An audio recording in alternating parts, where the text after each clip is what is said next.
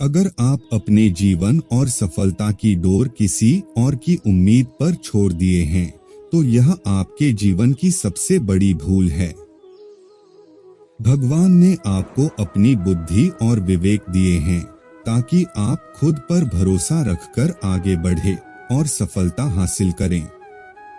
अगर आप खुद पर और अपनी योग्यता पर विश्वास रखते हैं, तो आज नहीं तो कल आपको सफलता जरूर मिलेगी।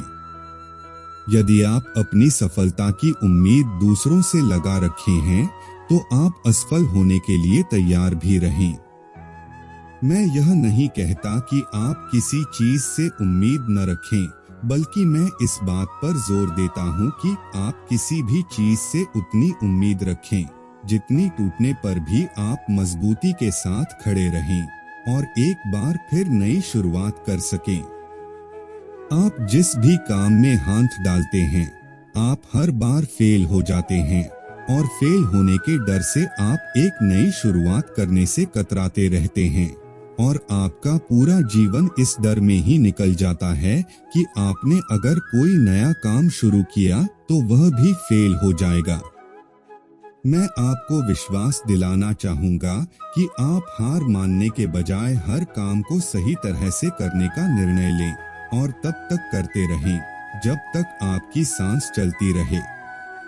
अगर आप इस तरह का निर्णय ले लेते हैं, तो आप हारने के बाद भी एक विजेता कहलाते हैं।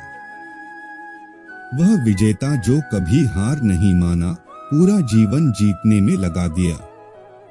यदि आप हार के बाद इस डर से शुरुआत नहीं करते हैं कि आप एक बार फिर हार जाएंगे, तो आप यह मान लीजिए कि आप जिंदा होते हुए भी एक मरे हुए आदमी के समान हैं, जिससे एक नई शुरुआत की उम्मीद नहीं की जा सकती। यदि आप मेरी बात से सहमत हैं, तो आप किसी काम में बार बार फेल होने से डरे न, बल्कि हर बार उस काम को सही तरह से करने की योजना बनाएं। फिर देखिए आपको हर काम में सफलता मिलेगी।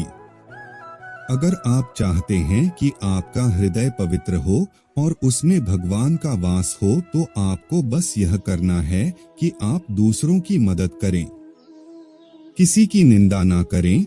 अगर आप किसी की मदद के लिए हाथ बढ़ा सकते हैं तो जरूर बढ़ाएं, अगर नहीं बढ़ा सकते तो अपने हाथ जोड़िए, अपने भाइयों को आशीर्वाद दीजिए और उन्हें उनके मार्ग पर जाने दीजिए।